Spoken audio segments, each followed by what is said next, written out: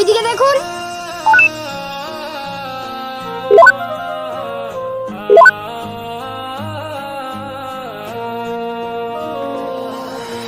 बचपन में था सोच लिया ওস্তাদ करनी आर्मी ज्वाइन करनी आर्मी मेरा ওস্তাদ ফজে এখন আমাদের কবজায়, এই নিন তার রিমোট।